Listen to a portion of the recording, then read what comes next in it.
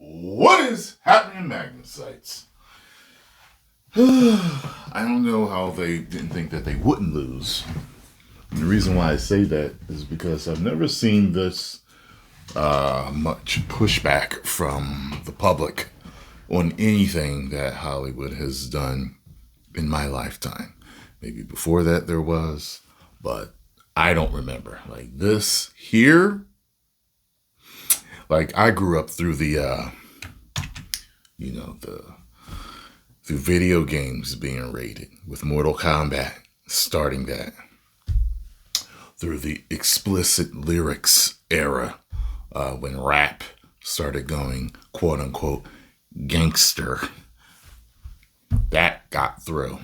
Well, this woke movement seems to be getting a whole hell of a lot pushed back, and a whole lot of companies are reversing what they've been doing. So let's check this out. See what more information we can get on this, shall we? Americans are very uninformed about reality, what's really going on. I hate you. Who's he talking about? Americans are uninformed about reality and what's going on? You mean his reality? And Howard Stern. I don't hate Donald. Donald's doing his thing. I hate you for voting for him. So you hate his supporters, but you don't hate him. That is one of the most ridiculous things I've ever heard. Okay. For voting for him, for not having an intelligence. Americans who don't travel, who 80% don't have a... See, look, Howard has always pushed the envelope. I grew up with him exploding in popularity, and the Private Parts movie, which was actually really good. I would watch him from time to time. He was a little too out there for me. Like he just he went out of his way to shock you with different things, and it to me it got old. And Robin as his co-host was always weird to me. It just that until this day I don't understand the chemistry. I feel like there is no chemistry between them, even though I know there is. They're friends and stuff, but it's a weird mashup of them two. There's a few other people on the show that actually I feel mesh with him really well, but she's like, it throws you off. I don't know. Is she a token? Is that why she's there? Or is, like, for some reason, Robin, it just never worked for me. It's always strange. They think that's okay, though. You know, with him talking like that, just outright telling you that he hates you if you support. Like, come on now. And they're telling us we're out of touch. Passport, who are uneducated, are in their extraordinary naivete. In the grander scheme of things, we know how she got famous, so don't even... Who cares if I lose a part in the movie because I hate the orange atrocity?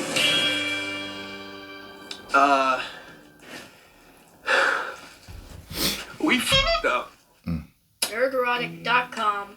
Greetings, you over 1 million awakening wonders and the 40% who haven't subscribed yet. What a difference a day makes. On one particular November 5th in 2024, Hollywood and the greater entertainment industry did not have an awakening. What they did have was a realization that they can no longer lie to themselves or to you anymore. For 8 years now, woke Hollywood has seen themselves as the pop culture resistance. Not really sure how you rationalize raging for the machine as a resistance, but they found a way. Far be it for me to point out that Hollywood's based in California, and they have been in lockstep with damn near every corporation, which includes every power structure involved with entertainment and information, which has been in lockstep with the state. I mean, your guy has been in office the last 4 years. Hollywood literally had everything they wanted, and now they're left wondering what the hell happened. Since that long overdue crash of the woke market on that fateful November 5th, I expected some things to change with the obvious cultural shift, but now I'm starting to get whiplash. From Jeff Bezos wanting the Washington Post to be more balanced now, or Mark Zuckerberg and his apologies, or the LA Times wanting to be more balanced. I mean, what the hell's going on? Slow down. I can only take so many victory laps. We all know that's not true. So let's take another. Here are some fun headlines just from the last week and a half. Former Bond girl Gemma Arterton says female 007 would be too outrageous. Sometimes you just have to respect Exactly. the tradition. An obvious common sense statement that shouldn't be controversial at all, although it would have been considered a hate crime 2 years ago on Jack Dorsey's Twitter, and it might still be in the UK right now. Or from The Telegraph, Hollywood's great unwokening has been unleashed. Or from Deadline, Disney pulls transgender storyline from Win or Lose Pixar series. What? But wait! There's more! And believe me, it's so crazy. It's like the whole country made a shift, voted Donald Trump in a landslide victory, letting them know, now, we ain't doing this woke issue no more, and we want a whole lot of other stuff changed, too. We'll get to that, and I can hear you asking, what could be crazier than Disney pulling a transgender story out of a kid's show? How about the New York Times calling out woke Hollywood? What? I didn't know that. That's right. The New York Times is calling out woke Hollywood, and they use some talking points that you may find familiar. Is the awkward diversity era of Hollywood behind us? No, I'm not tired of winning. Hope so. Hollywood has its eras, often apparent only in retrospect. Well, maybe for you and your lot in the... I know, it was like apparent for us in the first couple of movies that you put out that way, pushing certain things and lying about the success of these movies and who liked them and this modern audience, and like we knew immediately. There were some people that saw when they were just peeking their heads up. Like there was stuff that I missed, but he was on it. Geeks and Gamers was on it. Eric July was on it, and I was hearing him, but I really wasn't listening. But then the more stuff was coming out, I was like, oh. Okay, there clearly is an agenda here.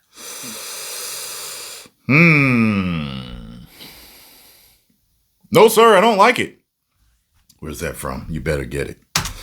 Corporate legacy media, but for a vast majority of the general audience, no, we noticed a long time ago. There I go. I'm not even one sentence in, and I want to enjoy this. So let's hear them out. Think back several years. Do you remember packed theaters giving Black Power salutes at screenings of Black Panther? No. Yeah, the guy I was working with we had an agreement. It was he's not my agent, but he wanted to prove himself to me. So we had an agreement of basically, hey, if I get you a part while working with you, I'll send you auditions. If you get a part while working with me, you sign on with me. It's like, okay, that's fair. That's fair. Well, I have told you that I haven't heard from him for a audition in a long time. I would say maybe a year. Maybe a little less, because I told him, do not send me any parts for woke shows or movies or any projects like that in between. Anything in between, I don't care what it is. Don't send me anything for that. Crickets.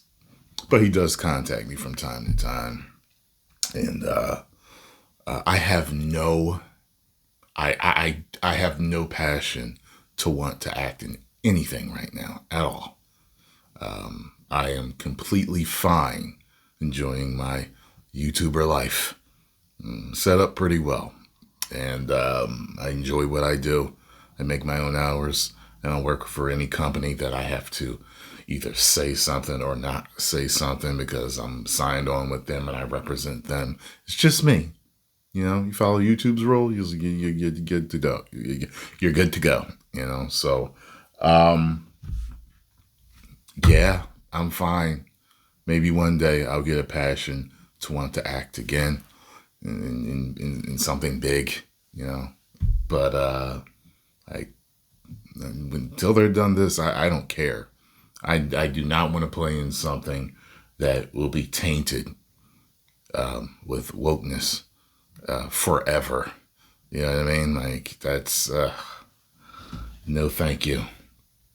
Oh, I remember Wakanda Forever salutes. Do you remember when an all-female version of the Ghostbusters was treated as pioneering development? Do you remember when the writer of a Star Wars film named Gary Whitta described the Empire as a white supremacist human organization after Donald Trump's 2016 election? Has enough time now passed to say that this was all a bit strange? Strange isn't the word I Forgot use. about that. Maybe deliberate? No, it doesn't describe enough. Maybe counterintuitive? We're getting a little closer. Divisive? Yes. Subversive? Sure. Oh, I got it. Retarded. Looking back, you can see a period when identitarian politics were in cultural ascendancy. No, you only thought they were. And then the article lists the myriad of It's problems. interesting that you're not allowed to say the R word anymore, because I dated this chick who worked with special needs children, and we were discussing the term, and she said, and I guess this was around the time that people started saying that you couldn't say it, and I messed with her about it. I was like, "Oh, you can't say that. You're supposed to." She was like, "No, like that's the term. That's what we were told. Like that's what the name is. That's what you're supposed to say. They're mentally, or they are. And that's okay. That's what the term we use." And I was like, "Oh, okay. I had heard that, you're not supposed to use that anymore." And she was like, I don't know about that, but I just know when I worked with these children, that's what we were told." So That led up to this disastrous era, which has thankfully ended, including but not limited to Harvey Weinstein and Me Too, Oscars So White, The Summer of Love. What it fails to mention is how much Hollywood rooted on The Summer of Love, or rooted on authoritarianism, or the real pandemic, incurable TDS. Hollywood vowed to change their ways and atone for the past, but what was particular to this Hollywood of the 2010s was the way that these politics fused with the industry's insatiable demand for sequels, spin-offs, and reboots, giving us a curious and mercenary new invention, the inclusive multi-million-dollar blockbuster, or the BIPOC buster, if you will. It's the same old thing, but with a bold and visionary new twist. Fewer white guys. Oh good, the New York Times has now determined that it's completely safe to say an obvious statement like, diversity just means less white. Now the article tries to argue that this era, which is almost a decade long, is akin to a genre or a subgenre like action movies in the 80s or the Western. So does the New York... think of all the success DC and Marvel could have had, them specifically, if they hadn't wokeified everything. Think of all the pain and suffering, the needless pain and suffering of the majority of the fans that would have been replaced with passion, fun, happiness. And more importantly, Disney, your pockets would have been lined with billions. New York Times consider propaganda a genre now, but the article does make a very good point. When you use current year messaging in, for example, Star Wars or Star Trek, you're taking something that's been around for decades, that was timeless, and dating it. Is that what watching Barbie might feel like in 10 years? Yes. The patriarchy feels like a clearly of-the-moment choice for a big bad. The tropes of the passing era are as familiar and as easily spotted as with older periods. There is, for one thing, the showy, self-satisfied gender swapping, as with the 2016 election year reboot of the Ghostbusters. What did you say? I know, this is crazy, right? But before you think the New York Times has found common sense, they remembered the New York Times. The movie prompted enough openly misogynistic and racist backlash to make it look like as if it was a noble endeavor. As if Hollywood executives who got reactionaries frothing at the mouth must be accomplishing something important, even if all they did was tweak the balance of characters in a dusty franchise. Well, that's undeniable now, but an argument could be made is Ghostbusters 2016 made it a dusty franchise. Then the article states Hollywood was right. The audience... And y'all go watch my reaction to that. I loved that trailer. Loved it. People were looking at me like I was insane, like I had 5 heads. Loved it. I thought that movie was going to have me rolling. I thought I was going to come home and give that 5 out of 5 or 4 out of 5. It's not what happened, but that's one of those things where I was fooled by a trailer. I thought the trailer was one of the funniest things I had seen that year as far as trailers went. The comments let me know that everybody else was hating it. But I was like, okay, y'all don't like it, but I like it. I'm cool with it. Oh, well. Audiences were hungry for different stories. No, they're hungry. It's just a bad movie. It wasn't even that it was all women. It was just a bad movie. I know people wanted the band to get back together, the original crew. I didn't have a problem with them doing women, but it was just a bad movie. For good ones, which, to be fair, in this current era, when we occasionally get one, that is different. Then there are the paper-thin, diverse characters parachuted into major films, put front and center on every poster. I mean, except for a shrinking Finn on the Force Awakens poster for China and covering up Chadwick Boseman's face on the Black Panther. I get so sick and tired of them tokenizing us as black people. I get so sick and tired of being tokenized. And there's plenty of people to take those roles. I'm not doing it. That's why I told him, don't send me any projects for anything woke. I don't want to be tokenized for anything. He knows. I get attacked by my own people online. My own people online. You're a black man saying these things. You have your head in the sand and you don't truly understand this woke movement if you're saying that, okay? You're not supposed to support every single thing that every black person is put in a role to do. Don't be blinded by, oh, they're black, yeah, the black person's doing it, yeah. Okay, that makes no sense, okay? Okay, you can't support every single thing just because your race is involved in it. That makes no sense. Poster for China, or turning Halle Bailey blue No on sense. the Little Mermaid poster for China. But as the New York Times points out, these diverse actors are given curiously little to do as the plot unfolds. Brie Larson's Captain Marvel was set up as the most powerful superhero in the Marvel Universe, but ended up playing no decisive role in its most important That movie was a big old piece of trash. films. And that was the last moment of clarity Disney Marvel had for a few years. While Captain Marvel's appearance in Endgame didn't affect the bottom line, it was certainly a precursor of things to come. And the rest was herstory. Captain Marvel was Don't worry, she's got help.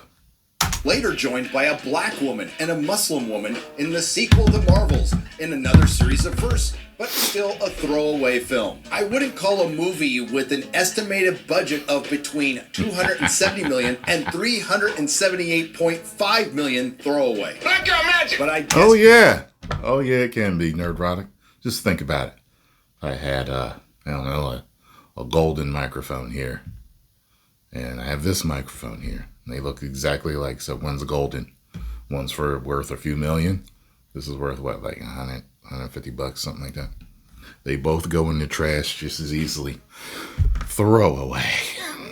it's good that the New York Times and their ilk in the corporate dinosaur legacy media are starting to realize Definitely that was Hollywood throwaway. doesn't really care about your identity. They're just there to exploit it. Because it turns out there wasn't just a mandate on casting diverse actors. They also cast directors, producers, and It reminds me of, it's like, okay, they put black people in specific roles, and I'm supposed to champion it. I'm supposed to be so happy.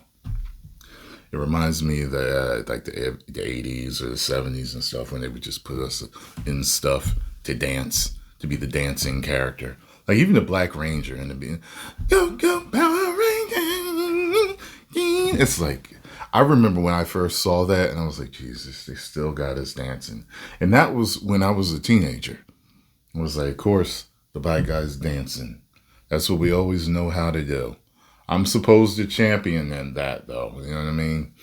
A lot of people love the Black Ranger, and I didn't really have a problem with him when the show came out. I wasn't watching it. I only watched it a few times, and I was just like, this is too kiddie for me. I was a teenager at the time. I think I was like 18 or something when it came out. It just didn't work for me. But it was one of the things I noticed. You know, it's kind of like getting the black people getting killed first in all the horror movies. That was happening for a long time. And black people, we talk about it amongst ourselves. It's like they'll put us in a movie, but then they'll kill us all first. That happens all the time. Or like, okay, we'll be in a martial arts movie, but we get beat up first, or we get beat up the worst. You got what I'm saying? So, you put us in a movie and we're dancing, or we're rapping, or we're the thug number one. You know what I'm saying? This is the same thing to me. The same thing. You're just tokenizing us for a profit. And it's like, good Lord, if you're going to make a film with different races, no matter what, you're focusing on different races, do it right. Because you're not just tokenizing black people. You know what I'm saying? It's ridiculous. And writers. So is the corporate dinosaur legacy media having an awakening about this? Or are they full of shit? More on that later. Other films tried to correct the past, judging their original white male protagonists far more harshly than anyone in the audience did. At this point, I have to remind you once again. Like I said, there's been a whole lot of darkness in this country's history. But if we're all trying to get along, why not just raise all ships at the same time? Stop trying to go tit for tat. Stop trying to pay this race back for this ethnicity back for this culture back for this. Let's raise everybody. Let's elevate everybody. Let's heal everybody. But they don't want to do that. It just causes more divisiveness with how they're doing things. Again, that this is the New York Times, and they're absolutely right. And there are dozens of examples, including The Last Jedi, Indiana Jones, Star Trek, Doctor Who. But I like the one they bring up, James Bond, in the final James Bond film from Dave. Yeah, and that goes for the two genders, male and female. That goes for sexualities, different sexualities. It's like, look, everybody can do their thing. But you don't have to keep replacing everybody and, changing things for people's beloved characters. You don't have to do that. You can seriously just make other IPs and do that. And the problem is you've irritated people so much that when the people try to bring out new IPs now, like Intergalactic, people don't want to hear it because they've been choking on woke for almost 10 years. They're done. They don't even care if it's a new IP. They don't even want to see it because you filled it in everything. So it's like, oh no, look, we gave it. Well, you've been filling everything else up with it. People are done. Daniel Craig, No Time to Die. Bond has been replaced as Agent 007 by a black woman, played by Lasagna Lynch. Good people say, well, you don't even know if it's woke yet. Look, everybody knows the tropes and they're very sensitive to it. When you see a black woman with a shaved head, with a snarky attitude, and she's looking masculine and unattractive, people don't want to see it. That particular woman, she was a cute chick in You. She played a good role in You. Me and Scarlo loved that show. But this, and she came out messing with the fans, sharing that meme. But you mad, bro? I was like, okay. All right. Keep with that activism. All right. Can you remember her name or her drink of choice? No, I can barely remember her face. He obsesses over girlfriends, dead and alive. He is unable to seduce. A much younger Ana de Armas laughs off the thought. By the end, you're just happy that this poor man, now totally out of time, has been put out of his misery. I think this is a good time to point out that if any of these talking points sound like they came from, for example, The Critical Drinker or Chris Gore Film Thread, or hell, even yours truly, it's because they did. It seems that the New York Times is willing to admit that trying to appease the gods of modernity is the easiest way to date your film or TV show. The old Bond films are distinctly of their era, but they feel timeless. Why? Because they're fun. What's surprising is how quickly No Time to Die and James Bond, in its desperation to be modern, has become to feel dated. Listen, I'm not the kind of guy who says, I told you so, but I am, and I'll tell you every single time. Because all the harassment all of us get online, I'm always going to tell you I told you so. Every single time. Why? Because I told you so. Cue Razor Fist. Fuck you! I was right! Fuck you! Now the New York Times wants to go back to the whole woke era of Hollywood being some crazy genre, Hollywood is no less dependent than before on its original lore. It's aliens and Star Wars and Missions Impossible, recycled over and over again to keep us entertained. This industry tried to update these formulas with new faces, but many of its efforts felt dutiful, insincere, too earnest, and self-satisfied. And I've got nothing snarky to say. I completely agree with that. Say what you want about the flaws of Schwarzenegger's or Sergio Leone's oeuvres. Like what? They're masterpieces? Listen, despite Schwarzenegger saying screw your freedom, and screw him, by the way, don't I you was just about to say that. Screw your freedom. dare compare 80s action films and Sergio Leone's westerns to fucking woke Hollywood. Anyway, back to the New York Times. Despite making a very bad analogy, they are leading to a good point. But they have survived changing times because they are fun. Something the PC blockbuster rarely had going for it. Again, does any of this sound familiar? It's conceivable that the close of this era will involve Hollywood's backsliding away from any inclusion in films. That Shang-Chi was the last Asian hero, by the way, Simu Liu is not a movie star, and that we will return to Tom Cruise flying in to save the day. First off, it's not too late to recast Simu Liu, who is 1,000 times worse than Brie Larson, and second, this brings Really?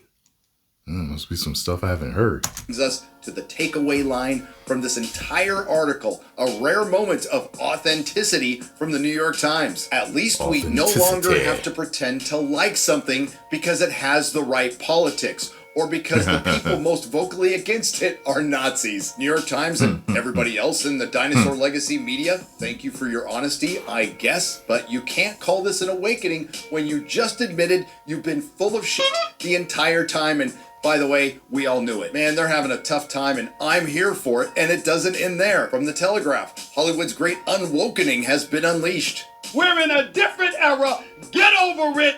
Whoa! Last time the U.S. elected a certain Ron Sealed, what the hell's that? Is that some sort of British thing? The last time the U.S. elected Donald Trump, Hollywood overtly sided against him, styling itself as the pop culture wing of the resistance. I think it would be prudent to point out that there are still people to this very day who claim this didn't happen. A fat lot of good it did. Popular studio franchises grew shrill and hectoring, and the publicity tours to promote them even more so, giving the populace an easily mockable enemy against which to rally. Yes, it was low-hanging fruit and it was delicious. As for audiences in Europe and elsewhere, we found ourselves caught in the middle of a national domestic in which ideological point scoring took precedence no matter how witless or cheap. And here's the best bit. Loath as I am to give the W word an airing, there's no avoiding it. 2024 was the year in which Hollywood began to move to its post-woke era. Have you had enough winning yet? No? Let's continue. From Vanity Fair, Hollywood's DEI program. I never will have enough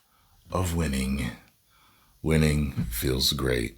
Been winning for almost 13 years now. I'm going to continue.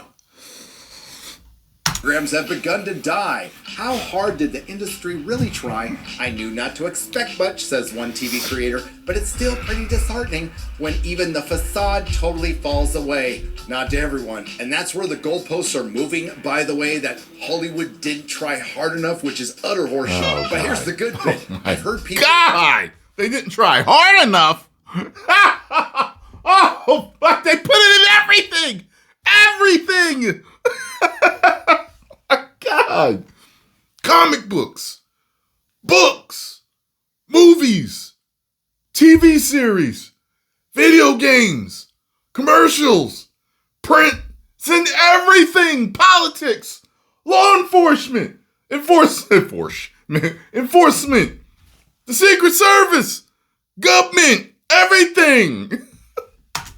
Hollywood are very cautious about potential lawsuits that could arise from perceived quota systems. There are even some concerns about people's titles having equity in them.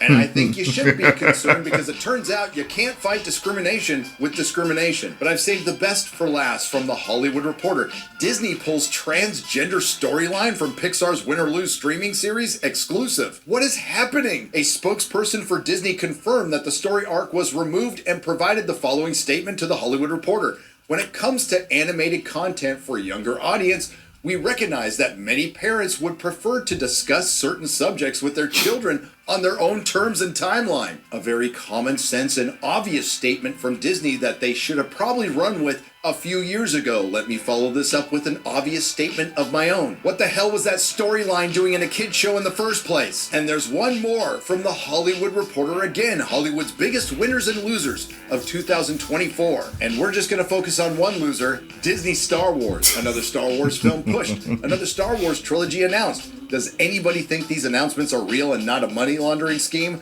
Another Star Wars series that flopped. This one, $180 million.